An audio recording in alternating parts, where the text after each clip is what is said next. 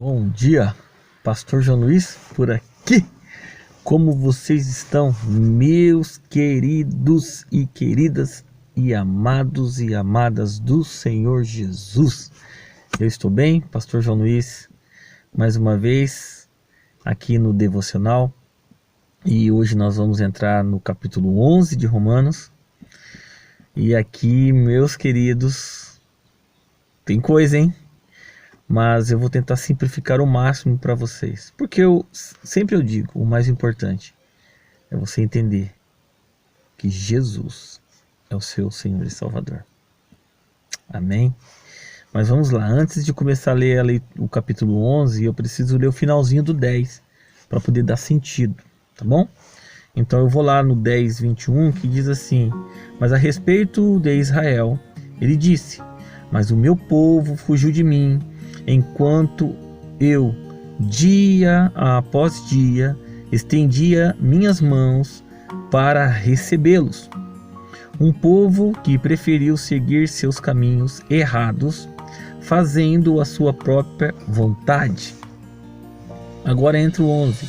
Pergunto então, será que Deus rejeitou e desamparou seu povo? Uma pergunta do apóstolo Paulo. De maneira nenhuma, ele já responde, ele faz a pergunta e já responde, de maneira nenhuma.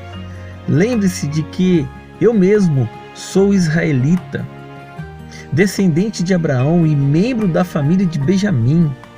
Ele começa a contar aqui o currículo dele, de ser um israelita, né, da tribo de Benjamim. Não, Deus não rejeitou o seu próprio povo, a quem ele escolheu desde o princípio de tudo. Vocês se lembram do que as escrituras dizem a respeito do profeta Elias, que se queixando a Deus contra Israel? Senhor, o povo de Israel matou todos os seus profetas, sou o único que sobrou, e agora estão tentando matar-me também.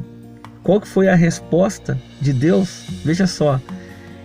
E estão lembrados da resposta de Deus? Ele disse: não, você não foi o único que sobrou. Tenho 7.000 outros igual a vocês, a você, que ainda me amam e não se curvaram a ídolos.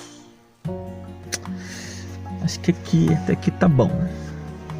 Queridos, em nome de Jesus, você precisa de entender algo que o Espírito Santo ministra nessa palavra. A minha Bíblia aqui não tem aquelas legendas, né? Eu também não gosto muito porque foi uma legenda que o homem colocou e eu prefiro ler e imaginar a legenda. Então eu colocaria a legenda, né, no capítulo 11, a defesa de Paulo contra o seu povo. Aqui Paulo está defendendo o povo dele, os israelitas, porque ele fala: eu mesmo sou israelita, descendente de Abraão, sou membro da família de Benjamim, eu estou aqui. Vocês não podem falar que o povo judeu foi esquecido, que o povo de Deus foi rejeitado, que os israelitas foram. Não, eu estou aqui. E ele ainda usa texto bíblico dizendo: lembra das escrituras quando dizem que Elias, queixando a Deus, só sobrou eu. Quando Elias estava sendo perseguido por Jezabel, ele estava correndo, estava apavorado, e ele ficou numa situação tão preocupante que ele começou a questionar Deus. Só ficou eu, coitadinho de mim, agora o que eu vou fazer? Deus falou: não, meu querido, tem 7.000 igual a você que me amam, que não separou de mim e que está em algum lugar que eu estou cuidando. Então, algumas coisas que eu aprendo aqui: que o povo israelita, sim, foi o povo escolhido por Deus. O povo israelita, sim, foi o povo a quem Deus mostrou, a quem Deus cuidou e cuida até hoje. Mas hoje, pela graça divina de Deus, hoje, pela morte de Jesus naquela cruz, algo mudou. O que mudou? Mudou que hoje Deus não tem mais os filhos prediletos. Deus não tem mais os filhos a quem Ele escolheu no início. Hoje, a eleição, hoje o chamado é individual. Não é mais por uma tribo, como ele disse, eu sou da tribo de Benjamim, eu sou da tribo de Judá. Não é mais hoje, não é mais por tribos. Hoje você é salvo pela graça e pela graça de Deus. Hoje não é porque você faz parte de uma família X você vai ser salvo. Não é porque você faz parte de uma tribo X, Y e Z você será salvo. Não. Algo aconteceu naquela cruz. Abriu-se uma porta e essa porta se chama graça divina, graça de Deus. Hoje você, eu, somos salvos pela graça de Deus, não mais pelas obras, mas sim pela graça de Deus. E como que nós alcançamos essa graça? O que eu preciso de fazer para alcançar essa graça?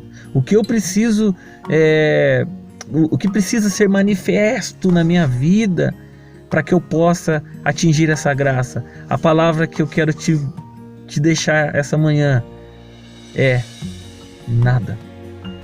Você não precisa de fazer nada. N-A-D-A. Porque se você tiver que fazer alguma coisa, não será mais a graça de Deus. Por isso nós temos que amá-lo. Por isso que nós temos que desejá-lo. Por isso que nós temos que querer servi-lo. Porque Ele te salvou.